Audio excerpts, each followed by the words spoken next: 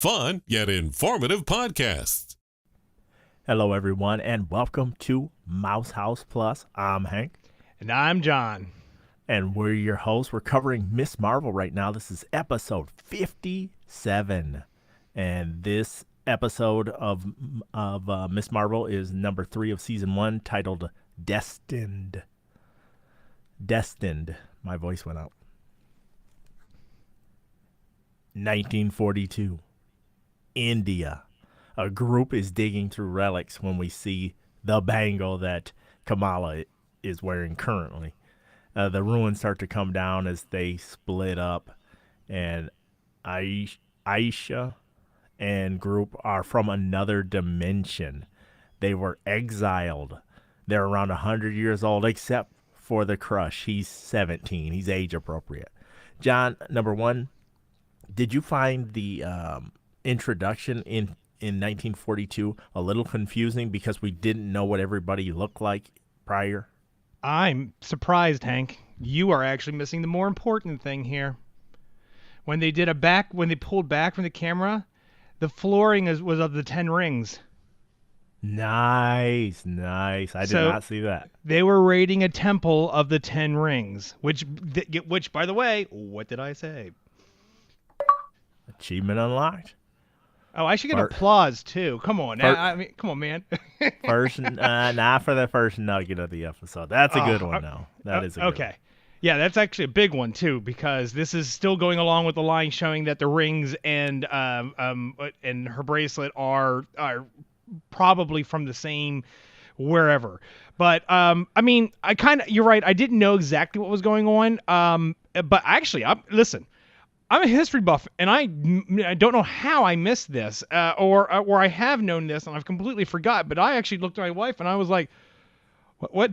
The British were still occupying India back in 1941?" And she's like, "Yeah. Apparently they're there till 1947. So I didn't realize they were there that late." Right. But I mean, it wasn't that far-fetched because we ended the last episode with the woman that we're basically seeing at the beginning of this, and now we're getting a little bit more of an understanding. So of course, it didn't really surprise me because they would have just given us more information as soon as we were done with this cutscene. So I was okay going into it. Okay, fair enough. Now the bangle helped them sense the presence of Noor, and they need that bangle. They're called the Clandestines or the Jinn. Now, do you think they added this Clandestines name to pull away from that stigma of the Jinn? Well, no, because Clandestine are actually from the comics, and the Clandestine are actually children of the Jinn, of these two Jinn. Okay, I don't know anything about the comics on this one at all, so interesting. Let me get those names of the two Jinn that they're from. Comes with its own time-traveling sound effects. That's amazing. Yeah, no. But I was just thinking they were just kind of like, finagling the names and stuff just to make it a little more eccentric for the show instead of possibly how it was in the comics. No, well, I mean, okay, so these are supposedly children of Adam of the Destined and Elilith, Elalyth, and they are Jinn, and then these are all supposed to be the children of the Jinn. Now, clearly, in this series, that's not the same thing that they're going for, but at least the Clandestine are the same. The Jinn are known to have individual, specialized powers, so I think that's one of the things that we're kind of seeing in this outlook. Like, one guy was with the whip, and, one has a mace, and was someone have a hammer? I think I missed a couple people. But okay, I don't remember. But yeah, no, it's not too the only part that's confusing is that they came from a dimension that actually doesn't exist in the MCU. So they kind of but hold on, before I completely just nix this one part, they just know it as that term. It doesn't mean that it's not it's a whole different place. I mean, it just probably just Earth, 754 8675301. let's see who gets that. Not bad. So, but I mean, that's how we know of these Earths and how they're like, and are these dimensions and how they're all caught or even realities. So, I just believe that from their perspective, they know what it is, which is not what we know what it is. So, but that's what I'm holding on to. We'll see if that is explained anymore. Kamala goes to see Bruno, and she's bummed out that she's not Asgardian. I was like, are we really still going with this? That was funny. Yeah. But she needs help from the, I guess he is the young Tony Stark of this series, and she needs help with interdimensional travel. And I'm like, oh my goodness. And he's like, oh, by the way, your video is trending. That was great. Oh, and now we get for one of our other Easter eggs where we get Professor oh my gosh, I was gonna say his name wrong. Selvig. So cool.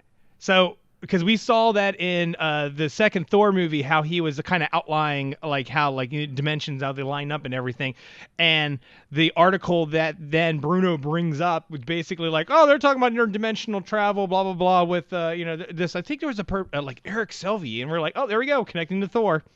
So good job. So a little Asgardian there. Yep. Damage control goes to the mosque, but Nakia is able to rebuff them.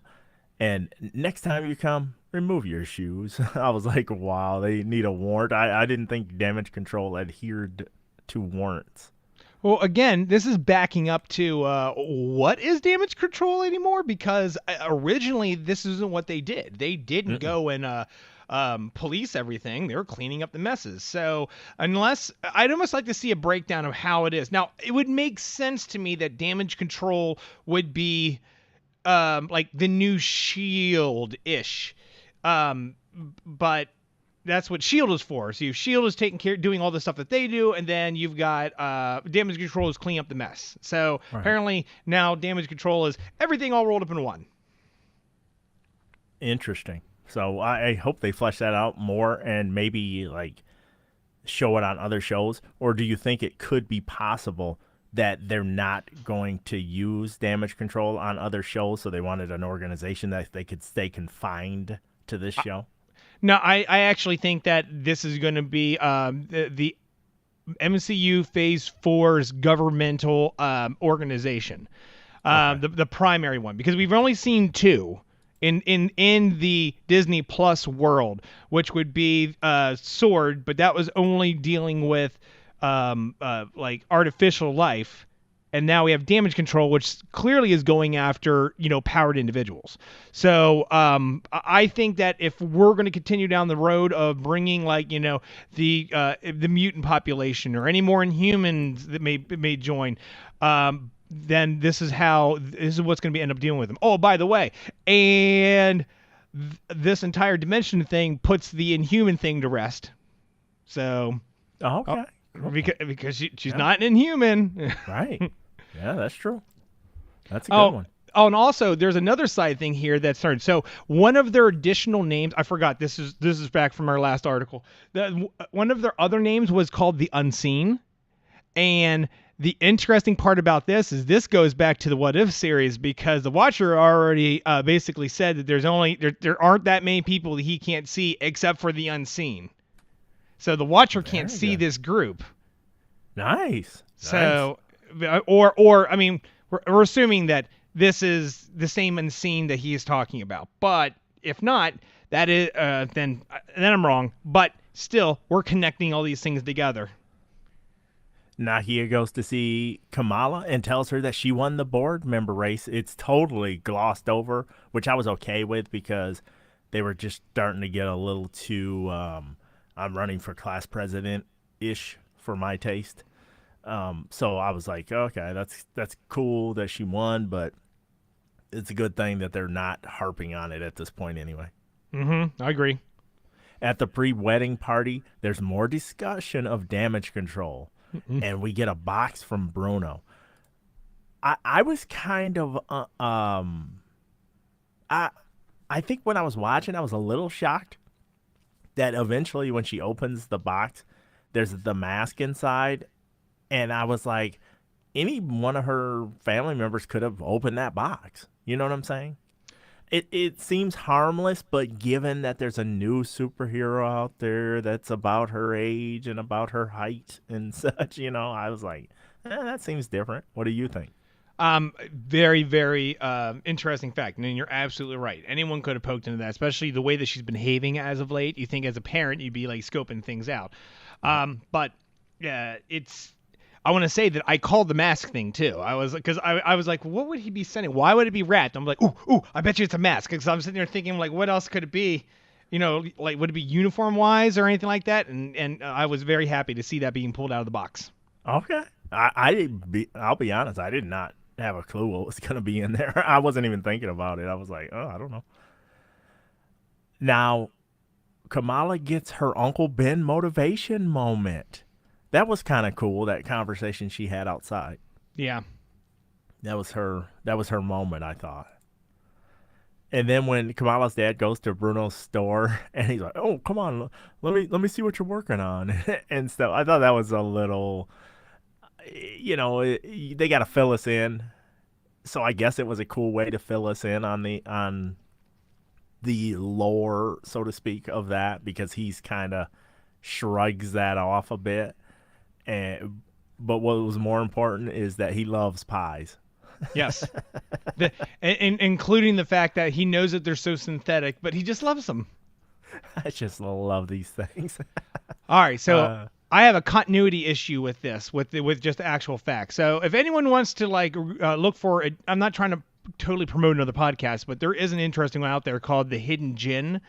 And it explains the actual realistic, history and what they are and everything. And it's very fascinating. But so here we have Bruno. He has this document that Kamala's dad has never seen before. Then he transcribes it for him, and then he was like, "Yeah, I never heard that before." But I know that these stories are like pretty much almost part of the not only are they part of the culture, but they're worked in some of the religion. I mean, there's just things, right. Some things that you either don't talk about or you do talk about it to try and protect yourself. And for him to hear a document that he's never heard anything like it before, I find that kind of shocking.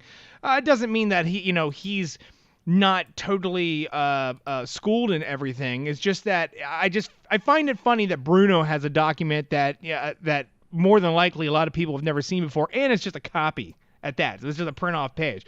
So where did he get it from? The internet. Thank you, Google. And right. And I kind of felt like Kamala's dad was playing the surrogate of the audience at that point. Well, what's this? Yeah.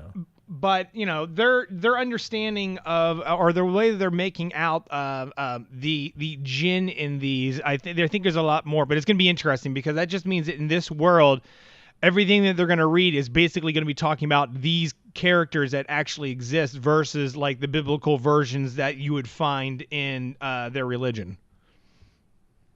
Kamala's knee is hurt, but Bruno gives her the 411 on the problems of transporting the djinn home, and Bruno interjects that he got into Caltech, and we get that Carol Danvers mention in this moment too. But I was wondering when he was finally going to reveal his opportunity to go to Caltech. Do you think they'll bring this back up, or do you think this is something they're just going to gloss over?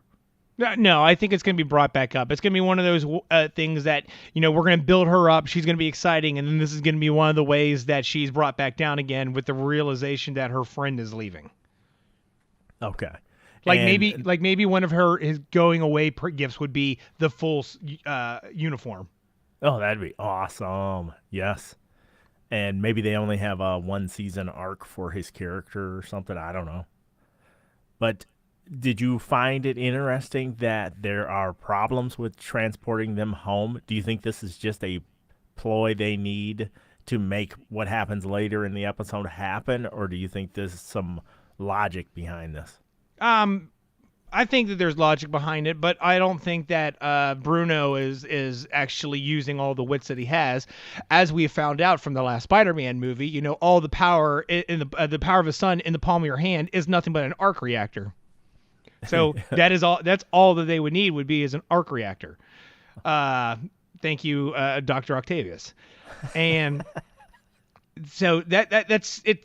I mean, they're making it sound like it's going to be a lot harder than it actually is, so that means that they need her because of the bracelet, which will help them, I guess, open up the path to get them back. But they need to have the energy to be able to do that. That's not something that she has. So I don't know why they're targeting her. She's only one part of this entire complex plan that they have.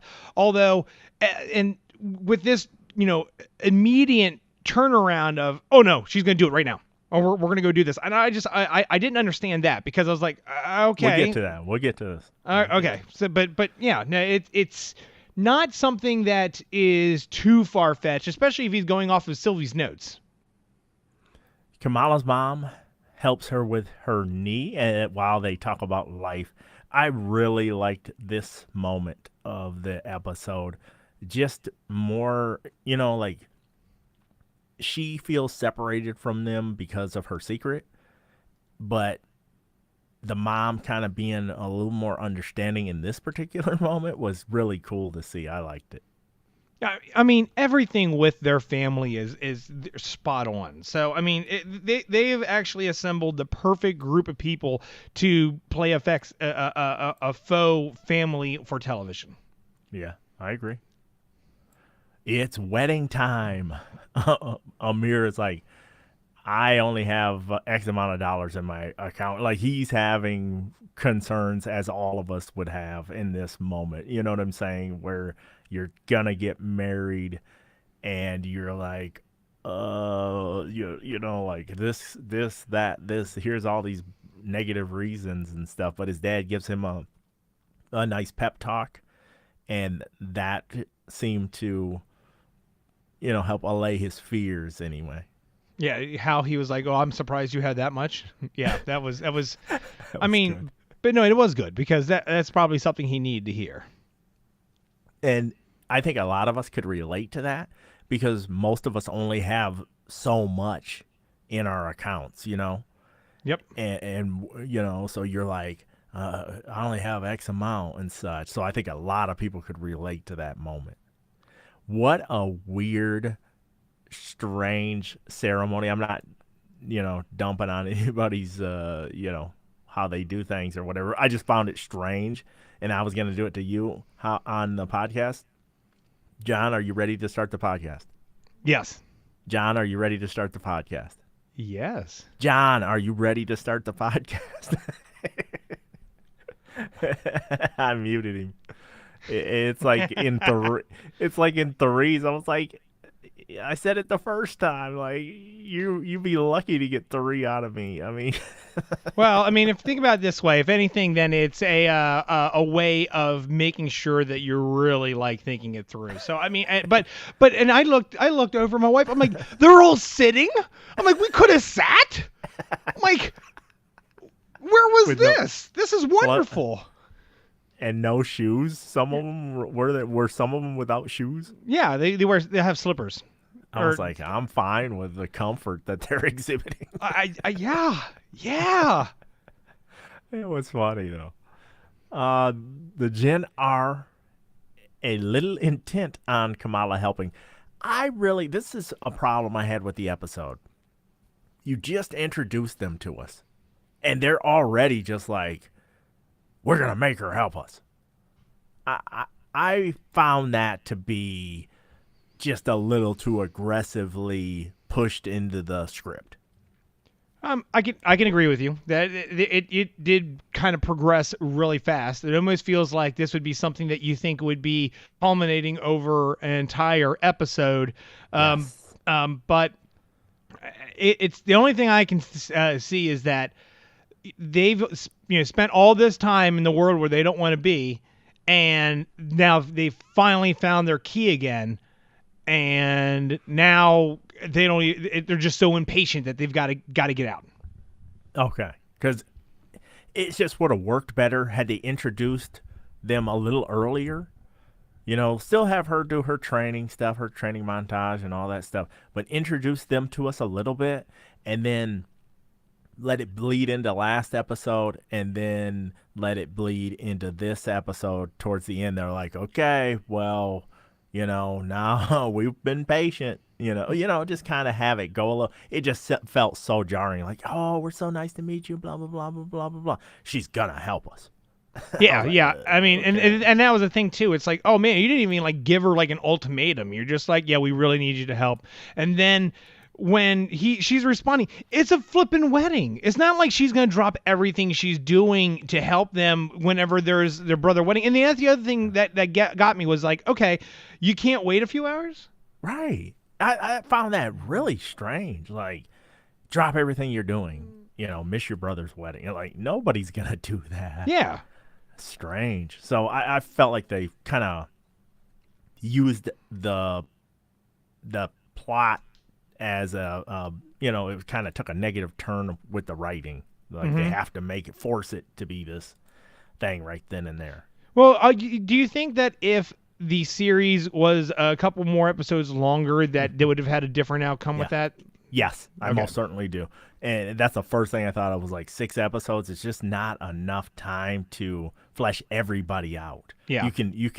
You obviously got to have the main character fleshed out, and then whoever the closest people are in radius to the main character, you have to spend some time on them, and then all the bad people you probably are just gonna shoehorn in real quick. Like, here they are, they're bad. Tracksuit Mafia. Here we go. Now at the wedding, they're bouncing heads together. Well, that's the same thing as clicking the on the glass to make people kiss, right? And except this one, everyone gets to participate, as in we get to force your heads together. Bloop. So, and I was like, you know what? I can get behind this. I mean, so far there isn't anything about this wedding that I didn't like. I mean, the whole thing was just wonderful, and rolling into the next scene where we're now we're into Bollywood. We're dancing. Yeah. And we got your favorite group of all time, Brown Jovi. Oh, yes. And I text you. That was the only thing I text you from this entire thing, because I know you don't like really discussing it, but Brown Jovi, I was like, sold. That's great. That was great. But I was like, yes. Did you notice that the little boy had the Hulk outfit on? No. Yeah. His green outfit wasn't an outfit; it was the Hulk thing. Because and Lizzie my wife pointed it out. She goes, "I think that's it." I'm like, "Are you sure?" And then when he came back, and he's got the abs like hanging down, like past his waist. And I gotta go back and watch that again. Oh yeah, man, I missed that. That is great. Oh, that's great. Mm-hmm.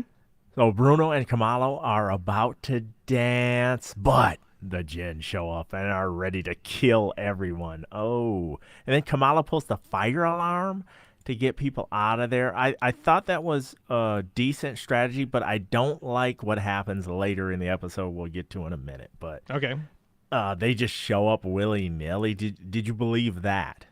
Yeah, no. I mean, what kind of resources? Outside. Yeah, what kind of resources do you have to know where the wedding is? Or just wait out. I could see them waiting outside, So Kamala is on the run to the actual Bon Jovi song. That was great. And I love that song, by the way. And so we get a good fight scene. I thought that they delivered pretty good. They mostly practical effects, mostly. It looked like. Yeah. Someone saw Kamala pull the fire alarm. I did not like that at all. What about you? Yeah, I mean, it was too convenient. I mean, that's one of those things where you need to go back and actually look in the background to see if there really was someone there. But the thing that was really like ruining it was that, since she didn't show up at the end there, of course she would be the one who was going to get blamed. Even if they didn't pull, if someone said that they didn't see her, it would probably be the same results, considering the fact that everyone is outside and where is Kamala? Ah, interesting. Yeah. Okay. Kamala is hiding while we get the villains on the prowl. That almost like that horror movie where they're searching around and we're like, oh no, don't find them, and stuff. Oh, like the Jurassic Park, that's what I was getting. And if she turns off the Raptors. lights, yeah, yes, yes. And you know what? I like the fact that they didn't really abuse her with her powers. I mean, because typically when what we've seen in the past is, you get to this point and there she's just the character that your protagonist would be just doing all kinds of stuff, and you'd be like, when did you learn how to do all that? Where in this case, a lot of it is more reactionary than it is actual, like her using the ability. Yeah, she's as shocked as we are. Then we get that fight sequence, and she big fists him. That was cool. I kind of got excited for that because I'm not a comic fan for this particular series, so I like the way they have integrated these powers. What about you, though? I mean, it's still growing on me, but it's. I guess we got to see like more into it. I'm not. I am sold over the fact that these powers are trying to be representative of her without making, being confusing between, her and Doctor Reed Richards. Reed Richards. Thank you. I was saying Doctor Strange, but that's not. But the thing is, you could have the two there. I don't think that would have been a big issue. This is more along the lines for all the people who don't know or have no clue whatsoever about the characters. But in the same notion, they don't have the Inhumans in this world, at least as far as we can tell. So I don't know. It's okay and it's understandable, but I think it's really bright and flashy. Like Nightlight. Okay. So now it's time for her crush to yell, "Get Brian out of here." He can't get my name right. That was a good moment. Yeah, you're like, no. I know he knows my name. He's doing that on purpose. And then does her crush have powers? No. Is he one of them? Oh, yeah, no, he is one of... No, hold on a second. He is one of them, but in this, I don't know if he necessarily has powers, but he has all the agility. So in the comic book, he is kind of fights beside her with his knife-wielding abilities and his acrobatics. So he... At least his character is lining up somewhat similar to how it is in the comic books. But in this world, I'm not sure if they've given him a... powers or representing the culture that they're from. That's the reason why I was like, well, maybe it's like the agility thing, because clearly we have seen this. There were only like maybe one of them that was like had those kind of moves, and not everyone else is more like brute strength. So yeah, big, bulky, and her crush gets crushed, but his durability seemed pretty good because that's quite a fall that he took, I thought. Yeah. We'll find out more, I'm sure. Just then, we have another vision. And then damage control shows up. But did you catch stuff in the vision? I am not doing well on this series with catching stuff. All right, so I'm actually looking at it right now. So this train that's coming through them says Karachi. And we found out about the Khan family and their connection to Karachi and how the Manibas family moved to Karachi after the partition. So that's the train to Karachi.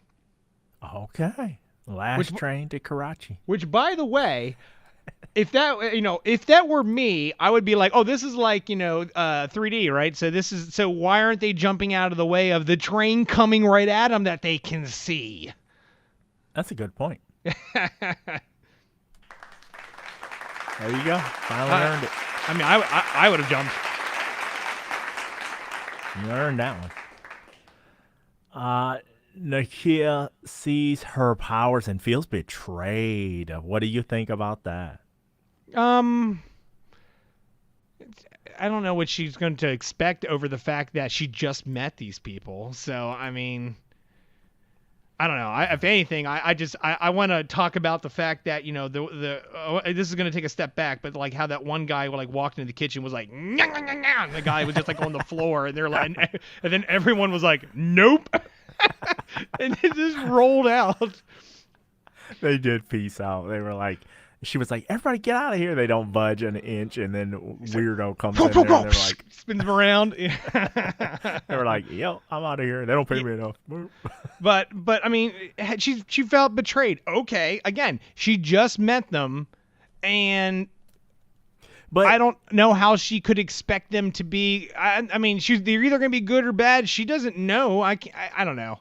But I'm talking about her friend, her best friend. Oh, sorry, I got the wrong one. Yes, because she wanted to tell her, but she was so tied up with other things. So like, it's I don't feel bad that she technically betrayed her friend, because it's not like she didn't want to do that. It was because of the circumstances of like when she was going to tell her, then is when her friend came in and was completely talking crap about the character already. So I mean, yeah, in the exact same situation, I wouldn't have said anything. Right. Yep. So I mean, it's situational, and I hope that how they've written this character, she has a level enough head to understand that. And then Kamala's parents want her to tell them everything, but she can't. Yep. Or won't. But here's what I didn't think was realistic is she gets to keep her phone because Nanny calls and did you see it? Did you see that? You saw the train? And she wants her and her mom to come to Karachi. But I was like, she gets to keep her phone, and they're not really like really investigating everything. You know what I mean? Like I didn't think that resolution made any sense. It wasn't realistic, I should say. Well, but again, there's no hard proof that she's done anything yet. I mean, yes, she showed up late after the fire extinguisher is pulled. Now she's not talking. Suspicion. Total and complete suspicion. I agree with you. Why wouldn't you have at least made an attempt to do a punishment so you can get that information out of them? But I mean, I don't know. Clearly that's not how they let things roll there. But her mom is like so good at the manipulation of making you like drop that guilt train like none other. So I mean, I don't know if even punishing her would do anything. The only thing her mom needs to do is come in and give her a couple sentences, and then she feel like even more bad than whenever if she had her stuff taken away. Right. Yeah. Yeah, her mom can be brutal on this series sometimes. That's why I like when they have good moments, because it's like, yikes. Sometimes she's real harsh on her. Mm-hmm. Anything else on the episode you want to talk about before we rate it? Yeah, oh, yeah. Actually, there's something I missed. I jumped on another page all the way at the beginning when the severed hand. And this must have been how I was watching it, because I didn't notice it. The severed hand's blue. Oh, what? Yeah.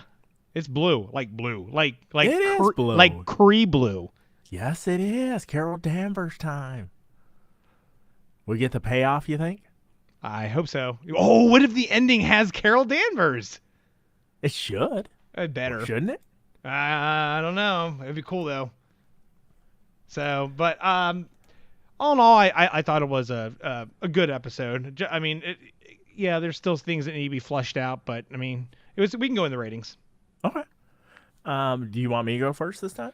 Well, I mean, are you going to say that we have a new rating system, or are we not at the new rating system yet? We are opening up the rating systems for more transparency on how we rate episodes. You can see it at tpenetwork.com/feedback. I've got it listed out there. It's just simplistic, but I just wanted to get it listed there. But at the end of Miss Marvel, all hosts will be abiding by that, because we finished up Kenobi, so that was the last Mandalorian fan podcast. That is just kind of the what do you feel kind of ratings, and then this series will wrap up Mouse House Plus's what do you kind of feel rating, and then we're gonna kind of go to a little harder, stricter line. Okay, well, in that case, why don't you go ahead and go, and then I'll go after you. Okay. There's always, in this series, a lot of people think I'm just poo-pooing on it totally and stuff, but when you see the new rating systems, you'll see I'm not. But there's just some writing issues that hamper each episode, some questions that you should be asking in the writing room. or over a table read or what have you, where you would say, why is my character saying this? Or why is my character doing this? Or why is this happening? And stuff. There should be some explanations to some of these things. But they have a great dynamic with the friends and with the family. They do excellent with that stuff. And then they just shoehorn some of the other stuff in. It's like they don't have enough time or something for everything. So I get it, but it does hamper the episodes for me. I thought this was better than last week. Last week I gave it a 5. This week I'm giving it a 6 out of 10. You know what? I'm pretty darn close to you. I'm like a 7 out of 10. I enjoyed the fight scene and whatnot. And I was bordering. Okay, if we're going by the new rules, I would say 6 as well. I had no issue doing that. But if we're not going by the rules yet, I'm gonna give it a 7 because I did enjoy it personally a little bit more. That, and I mean, again, the whole wedding ceremony, and then the after party and everything with the doing the Bollywood and all that. That really tickled me. So I was very amused by that. Yeah, I agree with you. I mean, they nail some of the like social family dynamic stuff. I mean, they nail it. I can relate to a lot of stuff. I don't have to be in their culture to relate to some of the dynamics and some of the speeches and lectures and stuff like that. Like, I'm like, this is universal in my opinion, some of the stuff. And it's just that fun family stuff that they have in this series that I am going to probably remember more so than who were the bad guys and what were the power set and all that kind of stuff, to be honest. I think that in the end, that's the more realistic approach with this character, because the only other one that I can think that'd be even relatively close would be Hawkeye, because Hawkeye has that very large family. And this would be like, if we spent more time with them, would we see a whole different side of Hawkeye and appreciate the character even more so? But in this case, we don't even see there is no hero yet when this starts off, so we get to see the family structure, how it works, and then she just kind of comes into it and continue with life as general. But speaking about more family thing, here's another thing that we missed. Apparently, it's called Juja Chori. I hope I said that right. Where you would hide the pair of shoes, or one pair of shoes from the groom. And it was funny because then he comes in and he says, "Good joke, everyone, hilarious. But you're only supposed to hide one pair of shoes, not all of my shoes." So, and I mean that's totally that's total family fun thing right there. Yeah, that kid is something else that was in on that. I was like, yeah, he seems like a handful. Mm-hmm. Anything else, John? No, that's it. You need to go back and find your Hulk suit so you can get a good chuckle. Yes. I most certainly will. I need to rewatch it for a couple of reasons, apparently. So great. But thank you so much, John, for carving out the time. Yep, no problem. Well, that's going to do it for this episode of Mouse House Plus. For all our podcasts, head to tpenetwork.com/subscribe. And if you want to let your voice be heard and chime in after every episode, you can do so by heading to tpenetwork.com/feedback. There you'll also see our rating system as well. For John, I'm Hank. Until the next time, we're signing off. See you, everybody. TPE Network. There ain't nothing else like it.